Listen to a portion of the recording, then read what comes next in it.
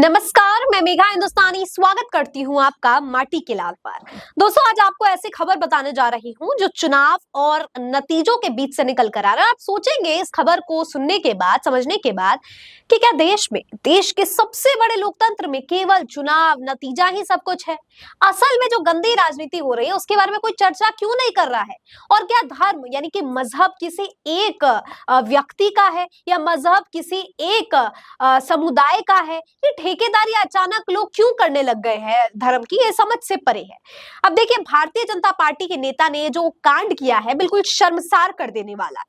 जितनी निंदा इस चीज की जाए उतनी कम है। हुआ क्या है आपको बताते हैं।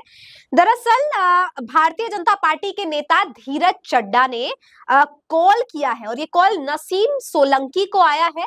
और नसीम सोलंकी को इस कॉल में बकायदा धमकी दी गई है। नसीम सोलंकी को चड्डा साहब द्वारा जो है कहा गया है कि आप मंदिर में कैसे आ गई, हमारे पवित्र मंदिर में, आपको धुलवाना पड़ेगा मंदिर, और अब तो हमारा मंदिर जो है आपने अपवित्र कर दिया, यानी आपने आपके आने से हमारा मंदिर अपवित्र हो गया है, तो इसके लिए जो है आपको धुलवाना पड़ेगा। अब देखिए, ये पूरा का पूरा मामला जाने इससे पहले मैं आपको नसीम सोलंकी के बारे में बता दूं। तो स्क्रीन पर नजर डालिए, हिंदुस्तान की खबर है, लिखा है नसीम सोलंकी ने जेल में पति से की मुलाकात, जीत की मुबारकबाद दे रो पड़े इरफान। यानी इस हेडलाइन से आप समझ सकते हैं कि इरफान सोलंकी की पत्नी है नसीम सोलंकी, और यहाँ पर जो है ये बात बताई गई है कि क्योंकि वो जेल में है और यहाँ पर जो है बात सामने आई है। इसको लेकर अब हिंदुस्तान की खबर देखिए जो इस से रिलेटेड है। इसमें लिखा है, जिस मंदिर को गंदा किया उसे धुलवा दो, सपा की नवनिर्वाचित विधायक नसीम सोलंकी को फोन पर धमकी।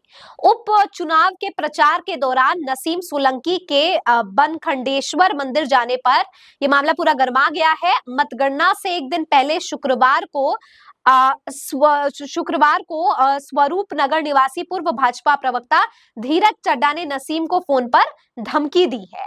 अब ये धमकी के बारे में बताया जा रहा है कि नसीम सोलंकी के ऊपर 200 मुकदमे दर्ज करवा देंगे, जैसे तमाम बातें कही गई है।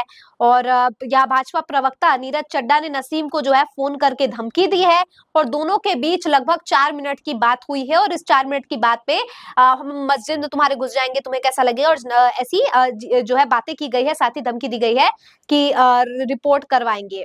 अब इसके बारे में आप बता दें कि कौन है धीरज चड्डा। दरअसल धीरज चड्डा जो है वो 18 दिन जेल भी रह चुके हैं। उन्होंने बताया है कि वो कार सेवक है धीरज चड्डा। 18 दिन जेल भी काटी है। उपचुनाव में नसीम सोलंकी द्वारा फर्जी मतदान कराए जाने से आहत हूं। मैं अमिताभ वाजपेयी को भी इसी उद्देश्य से कई बार फोन कर अवगत करा चुका हूं। आखिर में आहत होकर नसीम का नंबर मैसेज करके आग्रह किया कि मंदिर धुलवा दो, मेरे खिलाफ तहरीर दे या रिपोर्ट दर्ज कराए। मैं मंदिर को अपवित्र करने के मामले को ठंडा नहीं पड़ने दूंगा। जल्द से जल्द पुलिस कमिश्नर से मिलकर रिपोर्ट दर्ज करवाऊंगा। मामला दर्ज नहीं हुआ तो कोर्ट का दरवाजा खटखटाऊंगा। मैंने अपने अधिवक्ता से राय ली है, अभी तो सिर्फ फोन पर बात की है, जल्दी विविध एक्शन लूंगा। आरोप लगाया है नसीम ने जो है राजनीतिक लाभ के लिए मंदिर जाकर इसका दुरुपयोग किया है। तो ये बात जो है निकल कर आ रही है। चलिए अब आपको सिलसिलेवार तरीके से बताते हैं कि दोनों के बीच ये जो 4 मिनट, लगभग 4 मिनट की बातचीत हुई है, ये किस जो है चीजों को लेकर हुई है। तो यार देखिए, धीरज कह रहा है नसीम बहन बोल रही है, नसीम कहती है हाँ बोल रही हूँ। धीरज कहते हैं मैं धीरज चड्डा बोल रहा हूँ स्वरूप नगर से। नसीम कहती है हाँ। धीरज कहता है बहन एक शिकायत है तुमसे, बनखंडेश्वर मंदिर जाकर गंदा कराई हूँ, उसे धुलवा दो। तो नसीम पूछती है क्या कह रहे हैं। धीरज कहता है कि उस मंदिर को धुलवा दो जहां तुमने अपने गंदे अपवित्र हाथों से, नहीं तो कम से कम 200 मुकदमे दर्ज करवा दूंगा पूरे शहर में घूम घूम कर तुम्हारे ऊपर। धीरज ने कहा गंदी बात है तुम्हारी, दरगाह में चादर चढ़ाते जाते हैं क्या। तो नसीम कहती है अच्छा कहां से बोल रहे हैं। धीरज ने कहा धीरज चड्डा बोल रहा हूँ स्वरूप नगर से, हमारा मंदिर धुलवाइए पहले आप तत्काल। नसीम ने कहा हम धुलवाए। धीरज कहते हैं आपने गंदा किया तो आप ही धुलवाएंगे। और फिर धीरज कहते हैं कि सुनो नहीं, सुनिए बोलिए, हम तुमको बहन करके बात कर रहे हैं। और फिर यही जो आप समझ सकते हैं कैसे तू तड़क वाली बातें, क्या बात कर रहे हो, मुकदमा लगवाओगे। नसीम पूछते हैं, धीरज कहते हैं अरे जितने चाहेंगे उतने मुकदमे दर्ज कराएंगे, हमारा मंदिर जो है तुमने अपवित्र कर दिया है। फिर धीरज कहते हैं कि मंदिर धुलवाई के लिए मतलब तुम्हें मंदिर आने की जरूरत क्या थी, क्यों आई। तो नसीम ने पूछा कि आपका नाम लिखा है क्या मंदिर में। तो धीरज कहते हैं आपकी मस्जिद में अगर हम चंदन भभूत लगाएंगे तो आपको अच्छा लगेगा। तो नसीम कहती दिमाग मत खराब करो। धीरज कहता क्या दिमाग मत खराब करो, होश में आओ, बात करने की तमीज नहीं है।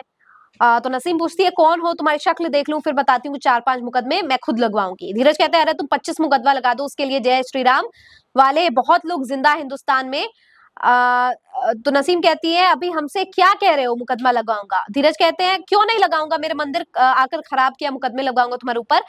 अभी हम पुलिस कमिश्नर से बात करें, तमीज से बात करो, और उसके बाद ये बात है कि मस्जिद में आएंगे, चंदन लगाएंगे, ये सारी चीजें जो है रेपिटेड मोड पे इस तरीके की बात हुई है, जिसे आप समझ सकते हैं कि किस तरीके से यहाँ पर भारतीय जनता पार्टी के नेता द्वारा दबंगई का ये जो किस्सा नजर आया है, इसमें बीजेपी नेता की न केवल दबंगई दिखी है बल्कि जिस तरीके से वो एक क्योंकि ये विधायक है और विधायक को धमका रहे हैं क्योंकि वो विपक्ष की है, क्योंकि वो मुसलमान है, वो मंदिर में आ गई तो आप उसे अपवित्र कह देंगे कि मंदिर अपवित्र कर दिया।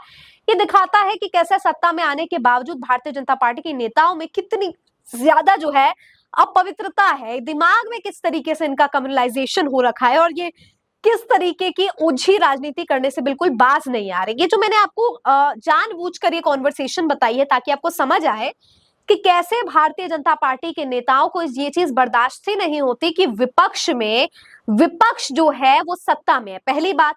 दूसरी बात, एक महिला, और तीसरी बात, एक मुस्लिम महिला सत्ता में है, वो भी समाजवादी पार्टी की। और भारतीय जनता पार्टी के नेता को इतना मिर्ची लगती है कि आप मंदिर में आकर ये करिए पवित्र हो गया। अरे किसी के जाने किसी के आने से मंदिर, मस्जिद या कोई भी ग्रंथ या कोई भी जगह, कोई भी पवित्र स्थान कभी अपवित्र होता है क्या? क्या भगवान इतने छोटे हैं कि किसी के आने से अपवित्र हो जाएगा? या मस्जिद इतना छोटा है कि किसी हिंदू के आने से अपवित्र हो जाएगा? तो इस तरीके की चीजें बोलना, इस तरीके की बातें करना बिल्कुल बेबुनियाद है और ये उन्हीं मानसिकता को प्रमाणित करता है कि उनके दिमाग में कितना खोखला है और देश और समाज के सौहार्द को तोड़ने बांटने वाली गंदगी भरी पड़ी। तो आपको क्या लगता है भारतीय जनता पार्टी के नेता के दिमाग की इस गंदगी के बारे में? कमेंट करके बताइए। मुझे दीजिए इजाजत, देखते रहिए माटी के लाल। धन्यवाद।